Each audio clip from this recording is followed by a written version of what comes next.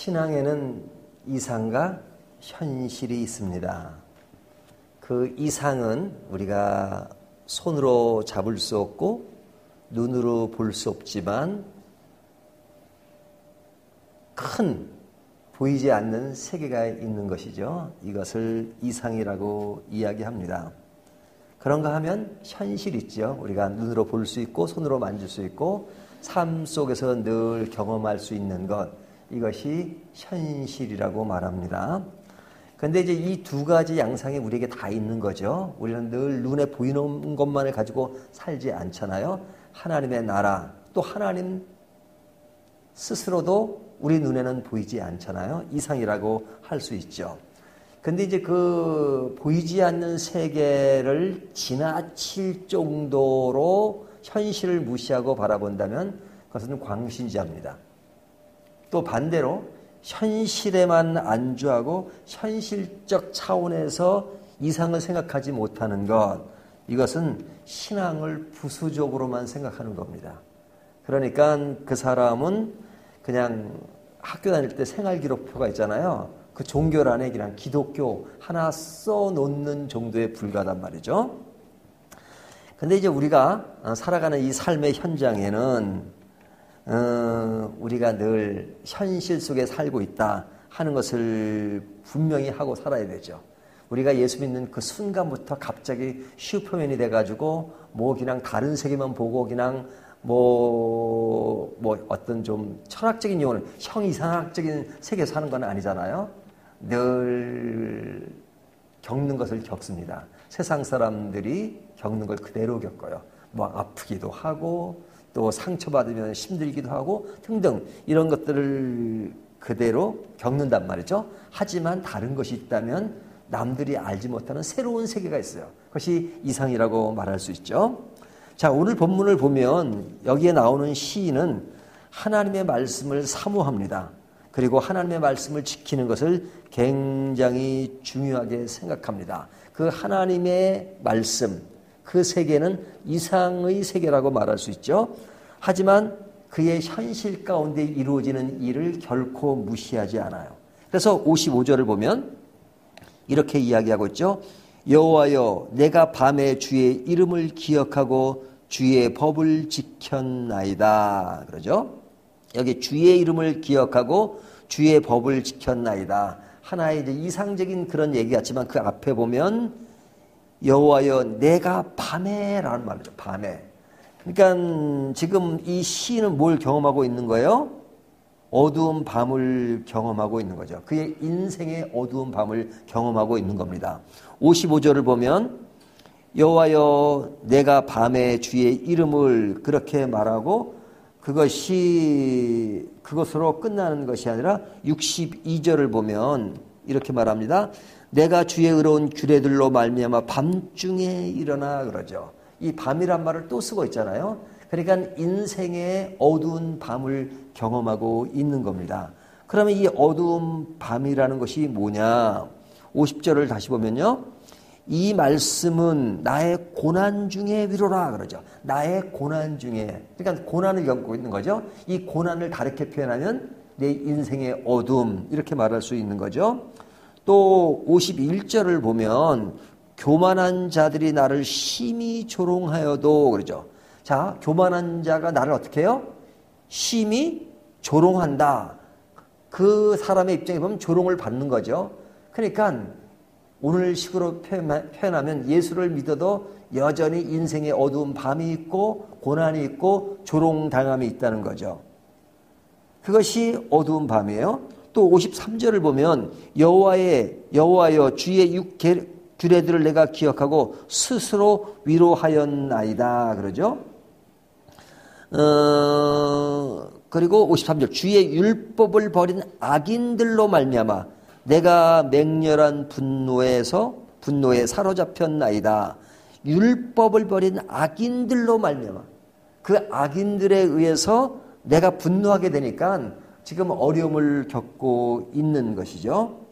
그 다음에 61절을 보면 이렇게 말합니다. 61절 악인들의 줄이 내게 두루 얽혔을지라도 나는 주의 법을 잊지 아니하였나이다. 뒤에 부분은 좋지만 앞에 오면 악인들의 줄이 내게 두루 얽혔다 하는 것, 어떤 인생의 어두움, 그것을 경험하고 있는 거죠. 그러니까 이와 같은 경험은 뭐예요? 현실 가운데서 경험하는 것이니까 그의 인생의 현실은 하나님을 믿는 사람이라 하더라도 어두운 밤 속에서 고난과 조롱과 얽힘과 이런 것들이 있단 말이죠. 그러니까 이것은 그의 현실이에요. 시인이 이런 현실을 겪듯이 우리들의 삶에도 이런 현실을 초월한 사람은 없습니다. 다 이런 현실을 겪고 있죠. 근데 우리가 신앙생활을 한다 하는 것은 뭐냐면 이러한 현실이 있는 건 사실이지만 이 현실에만 머물지는 않죠. 현실은 있지만 현실에만 머물지 않고 무엇이 있느냐? 이상이 있는 거죠. 이상. 그것이 다른 겁니다. 믿는 사람과 믿지 않는 사람의 차이. 현실은 똑같아요. 뭐 믿는 사람이 어려움이 있듯이 믿지 않는 사람도 어려움이 있고 믿지 않는 사람의 고통이 있듯이 우리도 고통이 있어요. 하지만 고통을 뛰어넘는, 어둠을 뛰어넘는 새로운 세계가 있다 이거죠. 그것이 뭐냐면 이상이라는 거죠. 자, 그 이상이 뭐냐? 49절을 보면요. 주의 종에게 하신 말씀을 기억하소서. 주께서 내게 소망을 가지게 하셨나이다. 이 이상은 뭐예요? 소망이 있다는 거죠. 소망. 그것은 이상입니다. 그래서 이 소망을 가진 이 시인은 절망 중에서 뭘 노래하는 거예요? 소망을 노래하는 거죠. 이상을 노래하는 거죠.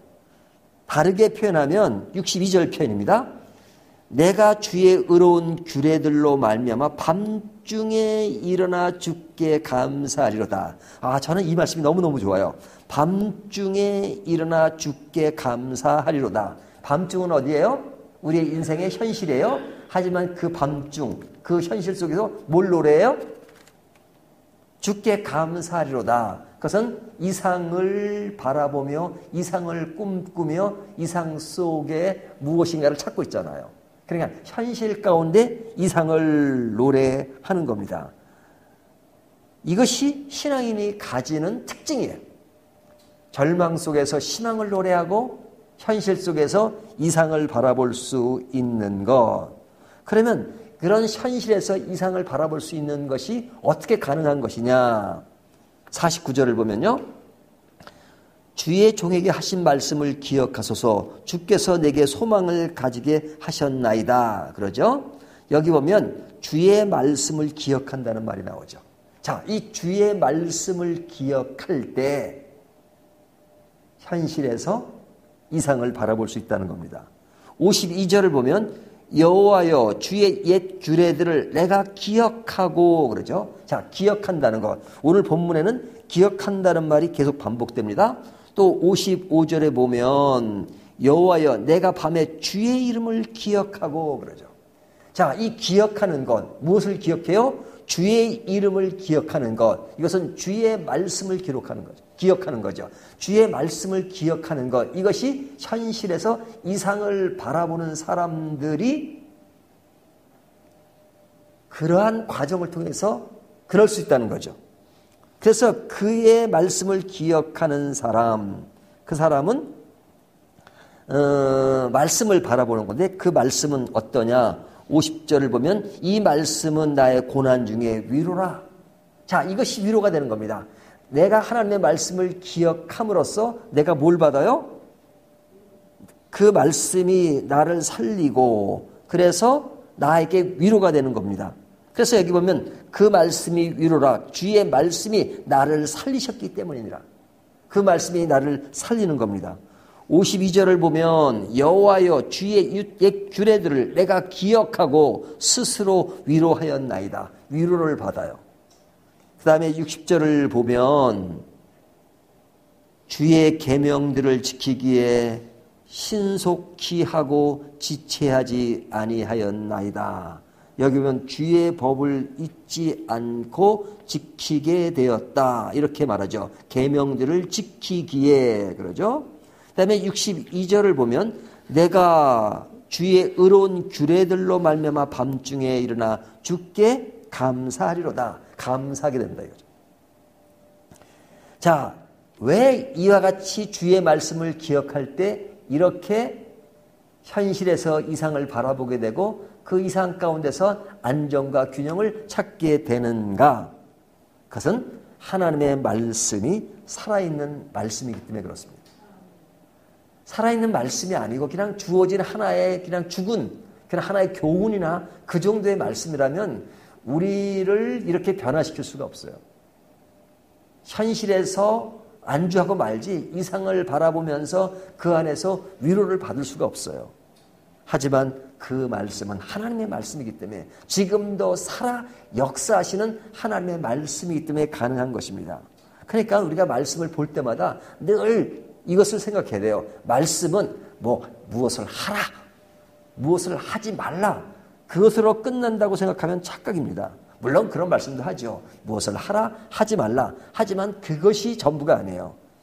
이 말씀은 살아계신 하나님이 하시는 말씀이에요. 그렇기 때문에 말씀의 핵심은 하라, 하지 말라가 주가 아니라 이겁니다. 그냥 간단하게 요약을 하면 이겁니다. 하나님이 우리를 향해서 내가 있다, 이거예요.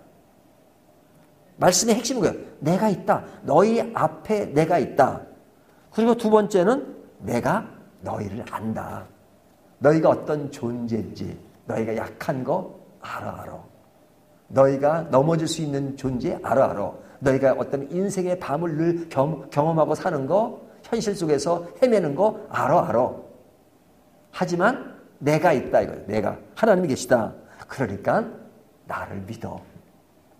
이것이 성경 전체의 핵심입니다. 내가 있다. 내가 너를 안다. 그러니까 나를 믿어.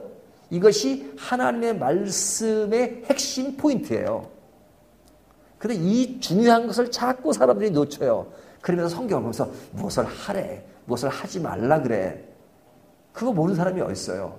하지만 그대로 안 돼서 고민하잖아요. 일반적인 정답은 알아요. 정답대로 안 되는 것을 고민해요. 그럴 때마다 주님이 다른 것을 보려고 하지 말고 내가 있다는 것을, 그리고 내가 너를 안다는 것을, 그리고 너희가 나를 믿으라는 것, 이것이 내가 너에게 끝까지 끊임없이 하고 싶은 말이야. 그러니까 시편의 기자는 현실 속에서 어두운 밤을 경험하지만 그 말씀 속에서 하나님이 계신다는 것을, 그리고 하나님이 나를 보고 계신다는 것을, 내 사정을 알고 계신다는 것을, 그리고 믿고 따라가면 그런 어떤 그런 현실의 고통 속에서 이상을 바라보게 하시고 그 이상 속에서 새로움을 갖게 하시는 것, 이것을 가지고 지금 희망을 갖는 겁니다. 그렇기 때문에 내가 어두운 밤을 경험할 때마다 나는 하나님의 말씀을 늘 기억하겠습니다. 예전에도 말씀하셨고 지금도 말씀하셨고 앞으로도 말씀하실 그 말씀을 늘 기억하겠습니다. 그 내용이에요. 그래도 신앙이라고 하는 것은 다른 것이 아닙니다. 현실에서 말씀으로 이상을 경험하는 것, 이것이 하나님의 말씀인 것이에요.